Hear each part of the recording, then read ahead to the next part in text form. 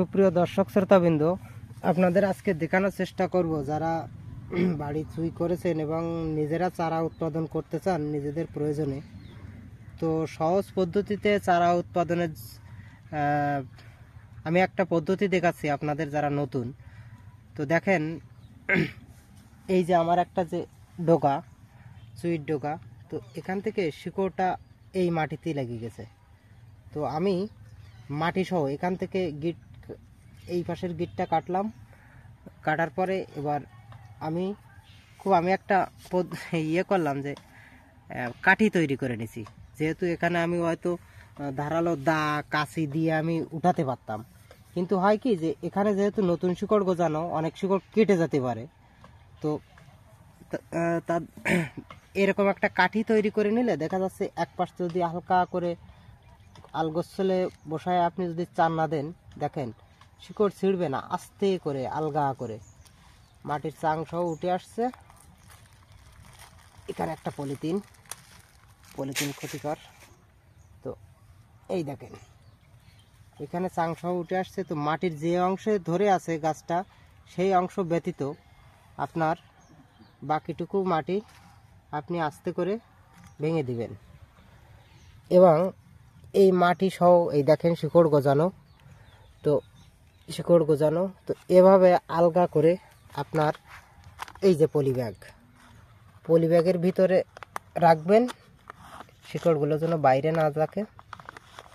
একটু উঁচু করে ধরেন। এই যে এবার আপনি এই পলি ব্যাগের যে মাটিটা তৈরি, এই মাটিটা আপনি একটু ভার্মি কম্পোস্ট, ছাই এবং ফুরাডান, একটু হালকা গোবর সারও দিতে পারেন। তবে মাটিটা খুব সুন্দর করে তৈরি করতে হবে। এবার আস্তে করে মাটির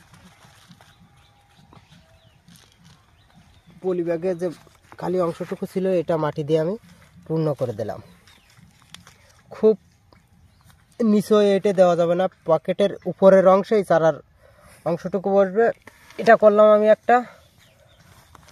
আর একটা জিনিস দেখানোর জন্য আপনাদের চেষ্টা করছি যে ওয়ান কাটিংয়ের যে গিটগুলো, ওয়ান কাটিং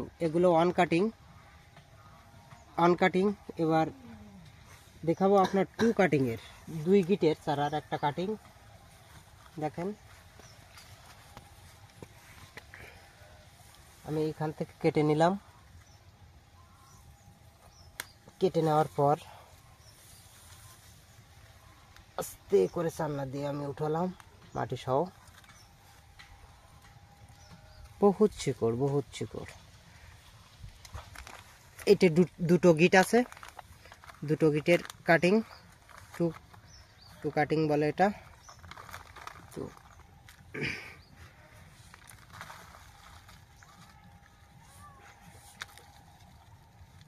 এটা টু কাটিং।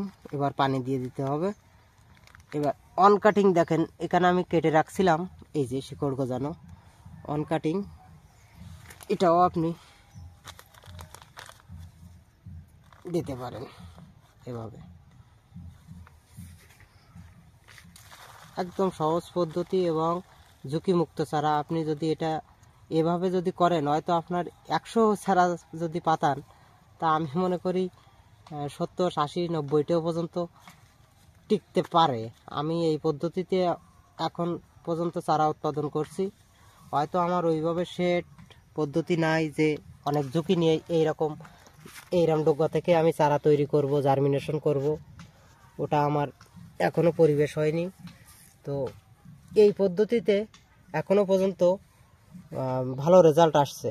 আপনারা ট্রাই করে দেখবেন যে এই পদ্ধতিটা কেমন হয়।